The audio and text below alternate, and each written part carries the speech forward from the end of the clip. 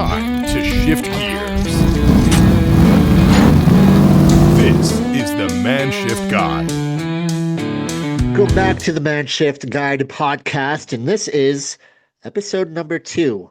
Last time we talked to Scott, we talked about the hypnotist and hypnotism and what that means and all of those kinds of awesome things. And this part, we are going to talk about more on his, as you say, the life coach side, the goal setting side, the things that really helps someone develop, really getting after those things that they've been wanting to get after, but not really being able to figure out a path and a way to do that. And first of all, I want to thank Scott for coming back and be willing to do a part two. Um, and being that this is uploaded towards the end of the month of January, I kind of feel bad because I feel like this goal setting idea thing really should have been closer to the beginning of the year. But it is what it is. We're here now. Just because it's no longer the beginning of the year doesn't mean you can't get after those goals. So we're just gonna go after it. And my first question for you is what was it that made you want to get into this life skills coaching part? Or Glad to what be came back. first? Yeah. Glad to be back. Thank you for having me. And I think that it's actually even better to have it later in the month because here's the thing. Lots of people try to set resolutions and then they get frustrated when they get to Valentine's Day and it's already fallen apart. It's just like, well, what's wrong with me? Why am I broken? It's like, no, no, no, no, no. You're not broken. You're trying to start something in a time of the year when everything is against you. Hmm. Spring is the season of rebirth, new things, beginnings, all this other stuff. Winter, you need your energy. You're trying to hold on to what you've already got. Your body is trying to deal with all of the darkness of the days, all of this other stuff. It's just like it is so unnatural to try to force January 1 to be when you start getting on to the goals as compared to like just just a couple months later you'd have more energy, you'd have more daylight, you'd have more time naturally. Get into it in spring. Hmm. Start with the actual season. But to go with the question you asked, what got into the goals part of it? I think the main part of that was that I got tired and a little frustrated of seeing people only have their problems be met and not really understanding that there are deeper underlying things that are the patterns of success. There are ways to make things happen more often, more successfully, more consistently, and they don't have to be stuck in the same routines. Hmm. So, given that we know, well, I don't know if we know, but January 15th, isn't that like the give up your goals day or something like that? Which is, as we're like recording this, I'm looking at the date, which is the 17th, like, oh, it's like 2 days past when it's National Give Up Your Goals Day.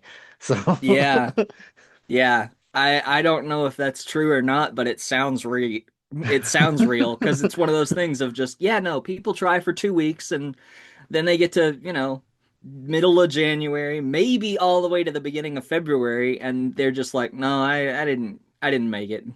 I actually heard a story of a guy on the radio. They were talking to him, and he had been challenged by his colleagues to do a dry January, but he only heard about it on the 7th. So he was like, okay, so I'm going to go to February 7th, and that's going to be dry January. And they asked him about it on the 14th to check in at 1 week, and he had made it through to the 9th. He made it 2 days, and that was it. It was like, oh my God, y'all. It was so ridiculous.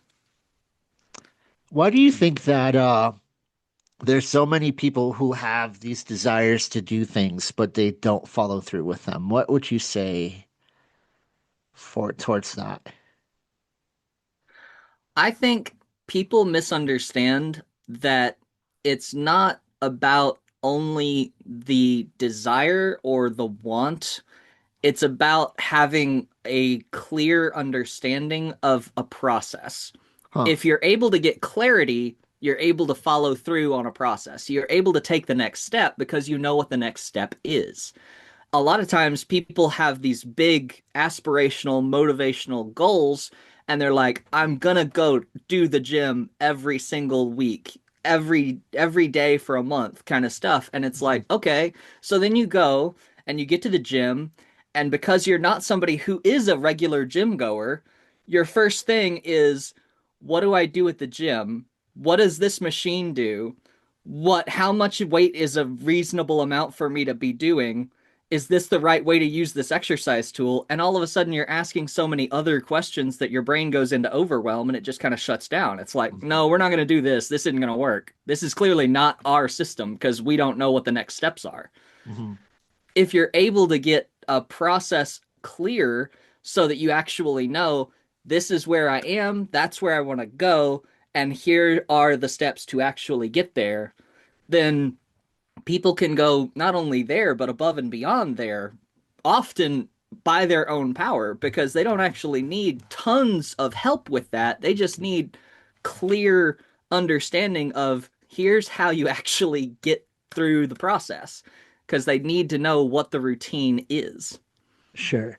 And that kind of brings up an idea of like sometimes is it possible to kind of be like over preparing on something? Like sometimes you can kind of get stuck in that trap of like you continue to do your research and you do it and you do it and do it, and yet you don't start and you haven't started the thing. So like at what point do Yeah, you kind yeah. of come up with like, okay, I've done enough research, now it's just time to do. So there are two things to say about that. On the one side, there is a fella who I have listened to who did a lot of the teaching part of my certifications, whose name is Michael Stevenson. And he's got a theory that he put forward. I don't know if it was his or if it was somebody else's. He might have been borrowing it, but it's called the law of diminishing intent. The longer that you intend to do something, the more you will build it up in your own mind and set it on this higher and higher pedestal of like, well, I'm not ready yet. I'll do it after this certification. I'll do it after this test. I'll do it after I have this piece of proof, and then I'll be ready to climb the mountain.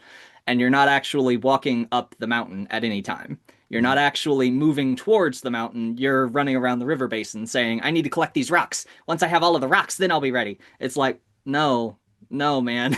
The quest marker hasn't moved. Go climb the mountain. So there's the law of diminishing intent. And then, in my own opinion, it's often partially analysis paralysis because Mhm. it's just you will keep thinking about it, you will keep processing it, you will keep planning it, and you won't actually take the first step because you want it to be perfect. And we Mhm. are very bad at doing things perfectly the very first time. We have to make the mistakes and we have to begin with the enthusiasm of a beginner and just get started. There's a story that is told, I don't know how true it is or not, but apparently there is a story that is told that some people do ready, aim, fire, and they get stuck on aim, and they actually do ready, aim, aim, aim, aim, wait for it. It's like, no, they won't pull the trigger. Mhm. But successful people do fire, ready, aim. And they just do it that way again and again and again because the more that they fire, the more that they're able to aim, the more that they're able to start tweaking and adjusting and figuring out what's actually working and what's not working because they're making all of the mistakes very, very quickly. Mhm. And this also brings up another recent conversation that I had with my wife is that you have to learn to like enjoy the journey necessarily, Mm-hmm. right? Instead of like wanting to hit for the end goal. And I hear a lot about people, especially people who kind of have like maybe ADHD or something like this, and having goals of like starting a new hobby and then monetizing the hobby, and then it starts to feel like work and things like that. Like and I have this problem myself is like what is like the reasoning for wanting to do something, right? Like are you doing it just because it's fun, or are you doing it because you want to get monetized? Are you like all of these different reasons? And we kind of get lost in the sauce, right? You kind of get lost in like Yeah. you're not enjoying the process. And I feel like for me, you really gotta like if you don't enjoy what you're doing, then you're never going to do it, right? So like how do you do that? Because like figuring out and the perfectionism and not being good at something and learning to be good at something. Like I struggle with that. Like if I'm not good at something, then I usually don't want to do it. Even if I'm like not even like if I like there's a level of failure, right? Like there's like complete failure or like I failed and like maybe I can learn how to do this better or like like how do you just like get over this perfectionism? Like how do we learn to enjoy the process of whatever it is that we're trying to get after? The thing that I would recommend for that most by default is to think about and build intentionally your stress tolerance. Mm, Everybody has a threshold at which they are comfortable and able to deal with things, and a threshold above that where they are in overwhelm and they cannot handle anymore and they're done. But mhm, there's a gray area between those two, which is your stress tolerance. Anything that pushes you out of the comfort zone just a little, but not so much that you're just like, no, I'm done, I'm out, I forget it, never mind, ever. That helps grow the comfort zone so that you're able to do more things that you are uncomfortable with to start with. mhm, Because you have to be used to and ready to doing the uncomfortable things. You have to be ready to make the mistakes. You have to accept being able to actually begin with the enthusiasm of a beginner. There was a time in my life when I did a lot of martial arts and I was doing karate every Tuesday and Thursday night, and there were a lot of people that came in and they were big guys, macho men who wanted to learn how to fight and they were really excited about fighting. And they took their first straight kick when they were getting into the ring to spar and they were done.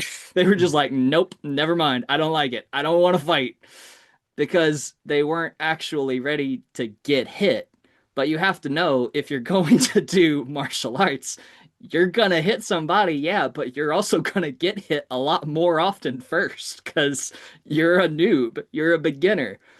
If you can't take it, then you won't be able to learn how to start making it. mhm. And that brings up another question is how long do you do this process before you realize like it really isn't for you? Like, Ooh, that's a fun one. yeah. Uh, my experience of that says you have to play the whole season. Hmm, Now, that doesn't mean you have to play every game in the season, and that doesn't mean that you have to actually make it through and then next season you tell them you're dropping. mhm, But when I was on the little league teams all throughout my life, there were times when I was like, I don't like this. I don't want to play. I don't feel good at this game. And I only played one season of basketball. I'm not particularly tall. I wasn't doing great at the running up and down the court cardio part. But my mhm, dad was very clear. You have already had the jersey bought. You have already bought the shoes. You are going to play the rest of the season. You can't leave your team in the lurch. mhm, So there's an element of it that you have to figure out how much you can tolerate for yourself. mhm, And there's also an element of it that is helped a lot by whether or not you're doing it with community. mhm, Because if you are doing it with somebody else, if you and a friend are saying, we're going to run a 5K in 6 weeks, then if that friend is getting out there and putting up social media posts and saying that they're doing it and they're showing all of these people the prep and you're not doing it because you're not going to hold up your end, you've either got to tell your friend real early or you've got to just suck it up and maybe it goes really slowly, maybe it takes a long time, but you go do the 5K because your friend is counting on you to come do it with them. mhm, So I think generally if you do something at least 10 times and then you figure out that it's really not for you and it's really not good and it's really not fun anymore, then that at least you have gotten over the threshold of just the learning curve. mhm, Because in the first two times, you're going to be wrong, you're going to do bad, things are not going to work out. The third time, maybe it starts to click, maybe it doesn't. But if you give up before you get over the learning curve itself to even try to see if you like it or not, then it's not really something that you've put in enough effort to be able to say it wasn't for me. You've put in enough effort to say I'm a quitter and I gave up. It's Sure. like, got to do a little more than that. Yeah. And I will and I've talked about James Clear's book, right? The Atomic Habits, and like he talks about that too, like the threshold. Like often we don't hit that threshold enough to like for something to do this. And I tell my daughter this all the time that sometimes that we often like will give up right before something magical happens. Like Hmm. she'll be like, I need help with this. I'm like, well, how long did you try? And then I tell her to do it one more time, and then eventually, then she'll like, oh, okay, I got this. Like she'll do it like right after she asks for help or something like that. So it's just like, Yeah. just hold on just Yeah. for a little bit longer, and then you'll figure it out. And I don't remember if it was in that book or if it was in a different one or if it was by somebody else, but there's the other book that's called Outliers where it's talking about, 10,000 hours to mastery, etc. And it's just like, Uh-huh. yeah, sure, to mastery, but to get above beginner, there's a very different threshold and you don't have to get all the way to mastery, but I think the one that was talking about like to get past the beginner level is like 20 hours. Hmm. It was like you have to dedicate yourself wholly and completely for less than a full day, but like for 4 or 5 weekends worth of 2 hours each. That's Sure. plenty of time for you to actually say, yeah, it's not for me. I didn't like it. Or for you to say, yeah, no, I learned it. I'm not good yet, but like I'm okay. Sure. And I would say like when wanting to give up on a dream or an idea would just be like, okay, so like do it enough times that if you do end up regretting, like, or not to regret, right? Like you put enough time and Yeah. effort into something where if you do stop it, then at least you won't regret giving up, right? Because then you kind of get in that cycle of stop, start all over again, and then you feel shame because you gave up on yourself too early, or like just like this whole cycle of like not feeling yucky and then never or feeling yucky rather, and then never really hitting that goal that you've always wanted to go into and all that kind of stuff. So just like put enough If effort. Yeah, if you don't build your stress tolerance in one direction or the other, that comfort zone can actually shrink because more interesting. and more things will become uncomfortable because you used to be good at it. You used to be able to, you used to do this, that, everything else. But the world gets smaller as you don't do more things to keep pushing your comfort zone out. Mm, There are some people whose only comfort zone now is in their reclining chair watching their Netflix show because mhm, that's what they do and that's all they like anymore. And it's just like that's so sad in a way that I cannot fully explain or express because they're still happy doing that.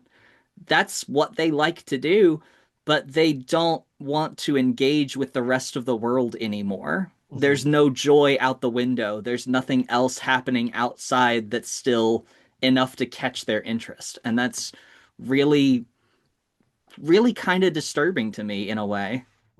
It's kind of like the living versus just existing, right? Like, are you existing or are you Yes. actually Are out you there? surviving or are you thriving? What is the Yeah, difference between those two? Are right, you actually growing or are you just there? right. Which a lot of people are really are stuck in like that surviving mode, right? Like you ask you how you doing, like, oh well, I'm surviving, like, and that brings up a whole nother topic of like how do we get out of that surviving aspect? And I'm not sure if that's a direction I want to go, but not necessarily in this episode because I have some other Yeah, that gets ideas. deep. Yeah, and I have some other things that I want to ask you, but that really brings up the idea of like thinking about in the future of like, okay, so how do we get past this surviving and really wanting to start thriving? And that it really kind of depends on the person, I think. But Oh yeah, that yeah, would be an interesting hugely. topic. Yeah. And the direction I do want to go into is kind of like building or showing a framework of this. So we talked about having the desire and the idea, and we've done a little bit of research, but what is the best way of setting up a goal? I think that is where I would like to go. Like we have a thought, we've done some research, we're ready to dive into this, but what is a good way to build up this framework. And I know there's like long-term goals and like midline goals and short-term goals, and I often get stuck at like looking at the bigger picture and have a hard time with like the smaller goal setting part. So like how would we break that up into something that would be like obtainable and to keep us going to like the next benchmark? So everybody, I assume it's not actually true. Not everybody has. Let's say it clearly just once to make sure everybody's heard of SMART goals. Okay, Everybody knows about that acronym SMART goals: sure. specific, measurable, attainable, relevant, time bound, etc. Hmm. And that's good. You can also add another couple of extra letters onto those things to make it more specific. Okay. So instead of just specific, make it sensory. Make it something that you see, you hear, you feel, you know the outcome because it feels real to you, and make it so that you are watching it happen. Hmm. It's not just about being in it yourself, you have to see it from a distance. If you are seeing it and there's no difference between the imagination and reality in the conscious and unconscious mind, at the subconscious level, if we say, I have a Ferrari and I'm in my car driving my Ferrari and I'm shifting gears and I'm flooring it and I'm going, and you feel like you are in the Ferrari, your brain will do nothing to give you motivation. Your Hmm. brain will do nothing to help you get there because in your brain, you already have the Ferrari. You said, I'm in my Ferrari. You have to put that in the future so that you see yourself seeing it. Like you're watching a TV show where you are the main character. And then with that a little bit of distance, you're able to do more things because you're able to put things into the future. You're able to put that picture out there so that you can go get it Hmm. because that's where motivation comes from. Motivation has to come from a want or a need or a desire to go do the thing. But if you already have the thing because you've pictured it in your brain and you didn't separate it even a little bit, then it's not going to be motivational. It's going to be something that just keeps you where you are. Hmm. So So visualization and it, kind of picturing you already have obtained the goal? yeah, Is that what we're doing? Okay. yeah. It's got to be sensory and it's got to be seen rather than being in it. If you are slightly distanced from it, if you are dissociated rather than associated, you're not in it, you're seeing yourself in it, Interesting. then So, it motivates. It helps the brain go from I have it to, oh, I want to get that because that's out there in the future and I'm going to go do it. so like a manifestation, if you will, like Yeah. manifesting it. So like I'm picturing someone doing like a vision board. Like they have a board of all of their goals, or like I've seen someone who is like, I want to get six-pack abs. So he did an AI picture of him with that. And he said like that was motivating for him to like see the visual of how he could look if he kept going to the gym. So like that's interesting. Like I've never thought about doing that for myself. I don't want to say it's weird, but it would be kind of weird Oh, to it see a is. I picture of mean, myself it's a doing little that. odd. I get it. Yeah, But it is one of those things of just the way our brain is wired. We don't separate real from fiction at the unconscious level. We do that consciously, but not unconsciously. interesting. So, So okay. you have to do a couple of extra things in SMART goals. If you make it specific and sensory, if you make it measurable, but you also make it meaningful, something that is important to you, you make sure that it's what you actually want, not just something you've been told to want, not just something that could be worth wanting. If you don't want the house, the car, the two kids, whatever, then that's not ever going to be meaningful to you because some people don't want that. Some Right. people's American dream is very different. Sure. And I kind of went through this social experiment about wants and desires and trying to really figure out what it was that I wanted, right? And I didn't, like you talked about it, like if it's something that somebody else wants for you or something that you want. And I am very open and like for advertisements, right? And they say like if you see one advertisement 3 times, then you're more likely to want to think about that product or wanting to get that product. And especially being on social media and like you get hit with advertisements all the time. And then it's kind of like, okay, do I want this thing because I actually want it, or do I want this thing because I see it all the time, or I see other people using it and oh, look how happy they are and all this kinds of stuff. So that brings up a good point of actually figuring out what's the root of the desire thing that you want, like what is your reason why behind it. And I think that if there's like a really strong why behind it, then you're more likely to want to continue to go after that said thing or goal or mission that you have versus like, oh yeah, I want a car or like I want a Ferrari, but it's too hard to get that money to get a Ferrari, so I'm just not going to do it, or like, Yeah. So that brings up a really good point for that. So we're adding on the visualization and the picturing yourself with the having successfully hit the goal without feeling like you already did it. Talked about vision boards or things of that nature. So then let's get into like the actual smart goal parts of it, like measurable, like what does that look like? What is a measurable goal? So, what that looks like is knowing the difference between chunking up and chunking down. Okay. For you to have a goal, you have to have it be something that's out there, something that's big, something that's not yours already. It has to be something that takes more than 5 minutes, right? Okay. I mean, I can't really, I can technically set a goal of I'm gonna go get a sandwich, but like to actually need to set that as a goal instead of just I get up, I go to the kitchen, I make a sandwich, I Sure. eat my sandwich. Sure. Like, sure, you can make that goal every single day. You don't need to do the writing or the work or the prep on that. It doesn't take any thinking. So you have to chunk up high enough to make it something that is a big goal, something that you actually need to do all of this kind of work on. And then you need to look at that great big piece and you need to chunk it down into itty bitty tiny pieces. How do you eat an elephant? One bite at a time. One bite at a time. Yep. You have to break it down so itty bitty small that you are able to actually figure out what is step one. Mm. Because if you are looking at it and you are still feeling overwhelmed by it because it's just so big, then you are still looking at something too big. You need to chunk down farther. You need to chunk down even smaller, even Mm. smaller.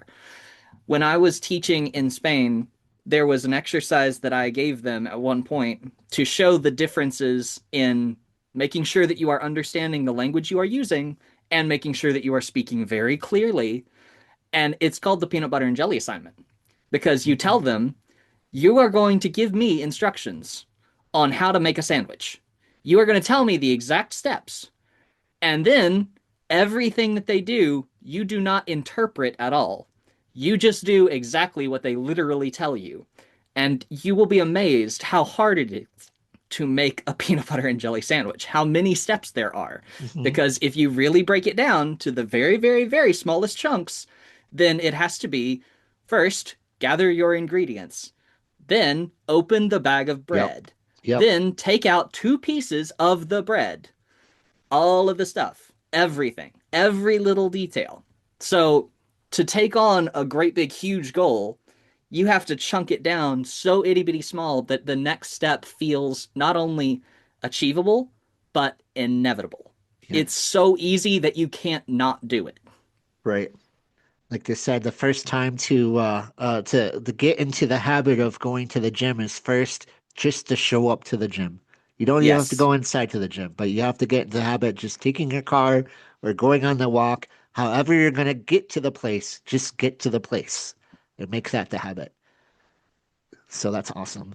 And and uh, it might be even smaller than that. It might yeah, be put on the running shoes. You don't yes, have to go for a run. You have to get up, you have to get your feet on the ground, and you have to put on the shoes to go do the thing. and put the shoes in a place where you know you can put them on.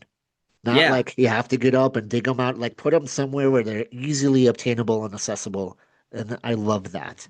that's And right. You have to chunk it down far enough that the next step feels inevitable. yes, It's so easy that you couldn't not do it. You And you have to lower the bar so that you will trip on it. yeah, And then every single day it will get higher and you will still get more results because you are doing it consistently. yeah. And I'm loving the conversation that we're having. And unfortunately, the time is up again. And it just always just feels like I'm just scratching the surface. And It's because there's so much to dig into. I know. And I really, really enjoy our conversations. And again, how can we find you? Scotticus.com/FAQ. Awesome. So, Scotticus, SCOTTICVS. all right. And in 5 minutes or less, who is somebody that you look up to? Who is your notable mention or your the My man in your life? Yeah. my great grandfather Hmm. on my father's side is a man whose name was Cecil, and he died at 94, and he was a barber, and he worked until he was 92. Wow.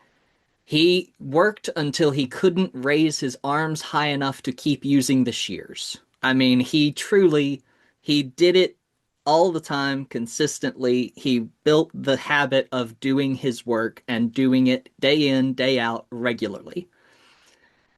His lesson to my father, when my dad asked him, "How did you get into this habit? How did you live this long? What is the secret to a meaningful life?" All of those other kinds of things, was he answered him and told him, "I breathe deeply and I keep regular habits." Hmm.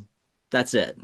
If you breathe deeply and you keep going at it, whatever the thing is that you want to get better at, you will improve as you do the regular habit. You have to learn from the mistakes, but you also have to make the mistakes. So you have to dive in with both feet.